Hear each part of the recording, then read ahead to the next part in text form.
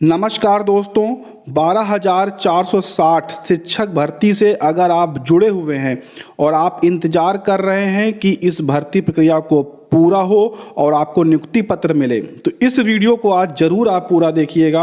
आपका थोड़ा सा समय लगेगा, लगभग 10 मिनट का, लेकिन यहाँ पर आपके जो मन में सवाल हैं इस भर्ती से संबंधित उसके जवाब आपको मिलेंगे। जैसे कि 28 अक्टूबर को आखिर में रूल पर बहस क्यों हुई और यह मामला कब तक समाप्त हो जाएगा सुप्रीम कोर्ट से और कब तक सभी अभ्यर्थियों को नियुक्ति पत्र वितरित होंगे। मामला समाप्त होने पर किस आधार पर शून्य जनपद को नौकरी मिलेगी ये भी हम आपको बताएंगे। इसके अलावा रूल पर बहस करवाना क्यों आवश्यक है ये भी हम आपको बताएंगे। उससे पहले एक बहुत ही बड़ा मैटर सोशल मीडिया पर वायरल हो रहा है कि शून्य जनपद की अब सुनवाई 14 दिसंबर 2020 को होगी। आप इस स्टेटस रिपोर्ट में देख सकते हैं जो कि सुप्रीम कोर्ट की ऑफिशियल वेबसाइट पर अपलोड हुआ है।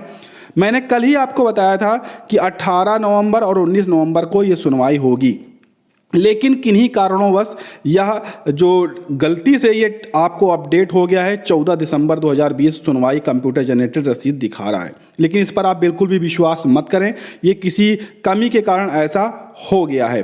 फिलहाल जो 28 अक्टूबर 2020 को सुनवाई हुई थी उसका आदेश, उसका जो ऑर्डर है वो अभी तक ऑफिशियल वेबसाइट पर अपलोड नहीं हुआ है। जैसे ही वो ऑर्डर अपलोड होगा वहाँ पर सभी चीज़ें साफ हो जाएंगी कि वाकई में 18 नवंबर को 2 बजे के बाद और 19 नवंबर को 2 बजे के बाद फाइनल सुनवाई सुप्रीम कोर्ट में होने वाली है 12,460 जीरो जनपद की। तो इसको जो 14 दिसंबर 2020 लिख कर आ रहा है कंप्यूटर जनरेटेड, इसको आप नज़रअंदाज करें, इस पर बिल्कुल भी आप विश्वास ना करें क्योंकि ये किसी गलती के कारण ऐसा हुआ है। फिलहाल कल की जो स्टेटस रिपोर्ट थी वो बिल्कुल सही थी, आज ऐसा ये शो कर रहा है जिस कारण से अभ्यर्थियों के मन में सवाल हैं। तो अब हम बात कर लेते हैं प्रश्नों पर। सबसे पहला कि कल की सुनवाई में आखिर में रूल पर बहस क्यों करवाई गई। तो साथियों, बिना रूल पर बहस करवाए शून्य जनपद को नौकरी नहीं मिलेगी। जो भी वकील हैं वो 6 खा के आधार पर कैसे नियुक्ति की मांग करें, ये सवाल बनता है।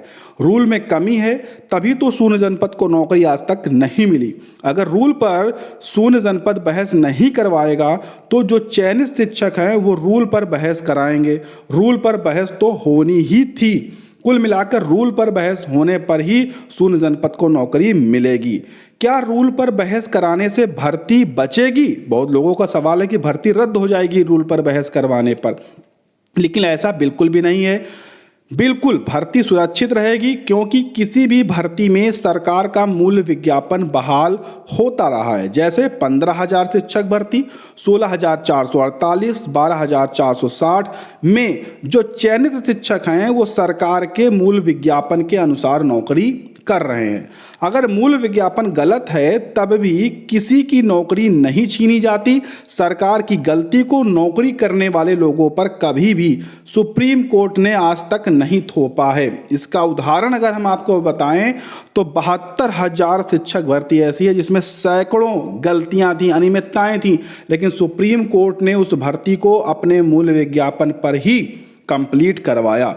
29,000 जूनियर की शिक्षक भर्ती थी, उसमें भी सैकड़ों खामियां थी, लेकिन उसके बाद भी सुप्रीम कोर्ट ने उसे मूल विज्ञापन पर ही कंप्लीट करवाया। 68,500 को भी सुप्रीम कोर्ट या हाई कोर्ट ने मूल विज्ञापन पर ही कंप्लीट करवाया। 69,000 शिक्षक भर्ती ले लीजिए, उसमें 31,277 पदों को भी मूल विज्ञापन पर ही भरा जा रहा है, उसमें भी कोई परिवर्तन नहीं है। फिलहाल आदेश का इंतजार किया जा रहा है, लेकिन आदेश लगभग यही रहने वाला है। तो कुल मिलाकर कहने का यह है कि मूल विज्ञापन पर ही भर्ती प्रक्रियाएं आज तक होती आई हैं। उसी के तहत 15,000, 16,448, 12,460 ये तीनों भर्ती जो हैं ये अपने मूल विज्ञापन पर ही करवाई गई हैं। इसके अलावा किसी आधार पर नहीं पूर्ण कराई गई हैं, तो यहाँ पर रद्द होने का कोई ही सवाल नहीं है। अब 12,460 शिक्षक भर्ती मूल विज्ञापन पर हुई है, तो लोगों का सवाल है कि शून्य जनपद को फिर नियुक्ति क्यों नहीं मिली, क्योंकि मूल विज्ञापन के तहत वो भी तो आते हैं। तो यहाँ पर देखिए, शून्य जनपद मूल विज्ञापन पर नहीं है। जी हाँ, शून्य जनपद मूल विज्ञापन में नहीं है। वो सचिव द्वारा एक सर्कुलर जारी किया गया था जिसे 6 खा नाम दिया गया। सचिव ने अपने विवेक से शून्य जनपद को नहीं शामिल किया मूल विज्ञापन में। सुप्रीम कोर्ट के आदेश पर डीएड के लिए बनाए गए नियम 6 के तहत शून्य जनपद को यहां पर प्रथम काउंसलिंग में शामिल करने के लिए सचिव साहब ने कहा था। 12,460 के केस का अंत कब तक होगा, ये आपका सवाल लगातार कमेंट में रहता है। तो जैसा कि आप सभी को पता है, माननीय सर्वोच्च न्यायालय ने 18 नवंबर और 19 नवंबर 2 दिन लंच के बाद यानी कि 2 बजे से सुनवाई के लिए इस आदेश को लगा दिया है, सुनवाई को लगा दिया है।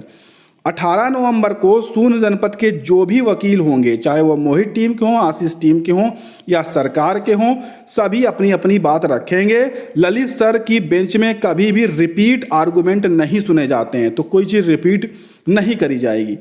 19 नवंबर को सरकार अपना पक्ष रखेगी, उसके बाद जो चयनित हैं वो अपना पक्ष रखेंगे, फिर उसके बाद 51 के अचयनित के जो वकील हैं वो सभी पक्ष अपना रखेंगे।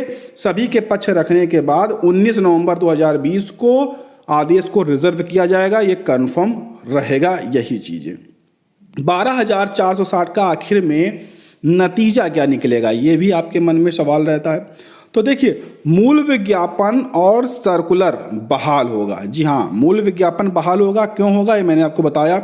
उसके साथ सर्कुलर भी बहाल होगा, क्योंकि 6 को इसलिए बनाया गया था कि किसी के मौलिक अधिकार का हनन ना हो। सरकार ने भी 24 जनपद के मौलिक अधिकार का हनन ना हो, इसलिए 6 के तहत उस कमी को पूरा करने का प्रयास किया था सचिव महोदय ने। सुप्रीम कोर्ट का जो आर्टिकल 32 है, उसके तहत संविधान निर्माताओं ने शक्ति दी है कि भारत के किसी नागरिक के मौलिक अधिकार का हनन अगर होता है तो सुप्रीम कोर्ट उसके अधिकार की रक्षा करेगी। ये आर्टिकल 32 के अनुसार है, ठीक है। अगर हनन होता है तो सुप्रीम कोर्ट उसकी रक्षा जरूर करेगी, कहीं से हो या ना हो। ये पावर है सुप्रीम कोर्ट को। 12,460 में शून्य जनपद के मौलिक अधिकार का हनन हो रहा है या नहीं हो रहा है, अब ये आप जान लीजिए। तो यहाँ पर आप ये चीज़ जानें कि 6 के अनुसार 12,460 में शून्य जनपद का जो हनन है वो बिल्कुल हो रहा है। एक ही भर्ती में कुछ लोगों को इस आधार पर नियुक्ति देने से रोका जा रहा है कि आप दूसरे क्षेत्र से हैं, जबकि उसी भर्ती में 2013 बैच के जो अभ्यर्थी हैं वो ट्रेनिंग किसी राज्य के रहने वाले हैं और किसी दूसरे राज्य से ट्रेनिंग करके आए हैं, तो उन्हें किस आधार पर रोका जा रहा है। सुप्रीम कोर्ट शून्य जनपद के साथ क्या कर सकती है, क्या आदेश दे सकती है। तो यहाँ पर देखिए 2 तरह की स्थिति बन सकती है। या तो सुप्रीम कोर्ट 6 को सचिव महोदय के अनुसार बहाल कर देगी और भर्ती प्रक्रिया पूर्ण हो जाएगी, या कोई ऐसा नियम बनाएगी जिससे शून्य जनपद प्रथम काउंसलिंग में प्रतिभाग कर सके। इन्हीं 2 पर कोई एक आदेश आएगा। चयनितों को छेड़खानी नहीं की जाएगी। 14 जो 1 रूल है उसे भी कोई बदलाव नहीं किया जाएगा। सुप्रीम कोर्ट चाहकर भी शून्य जनपद को अनदेखा नहीं कर पाएगी। अगर संसद में कोई ऐसा कानून बन जाए जिससे भारत के किसी नागरिक के मौलिक अधिकारों का हनन होता है, तब भी सुप्रीम कोर्ट को पावर है, ये उसकी शक्ति है कि उस कानून को रद्द करके आप नया कानून बना सकते हैं। ये पावर है सुप्रीम कोर्ट को। तो सुप्रीम कोर्ट यहाँ पर 0 जनपद को नियुक्ति जरूर दिलाएगी, आप इस चीज़ से बिल्कुल भी निश्चिंत रहें। 12,460 के केस का अंत 19 नवंबर को कंफर्म हो जाएगा। जितने भी चयनित हैं उनको नौकरी मिल जाएगी, शून्य जनपद को नौकरी मिलेगी। साथ में सुप्रीम कोर्ट से ये केस है पूरी तरह से फाइनल हो जाएगा, और फाइनल होते ही आदेश आने के बाद तुरंत सभी अभ्यर्थियों को नियुक्ति पत्र मिलेंगे, चाहे आपको सेकंड काउंसलिंग के माध्यम से मिले या प्रथम अगर काउंसलिंग में है तब आपको उस आधार पर आपको नौकरी मिलेगी, बचे हुए को सेकंड काउंसलिंग में मिल जाएगी। तो जैसे ही इसका आदेश अभी आता है सुनवाई का, उसकी भी वीडियो के माध्यम से आपको पूरी जानकारी दी जाएगी। तब तक वीडियो को लाइक शेयर करिएगा, चैनल को सब्सक्राइब करके बेल आइकन दबाइएगा, ताकि हर तरह की जो भर्ती की प्रक्रियाएँ होती रहती हैं उनकी जानकारी आपको समय समय पर चैनल के माध्यम से मिलती रहें।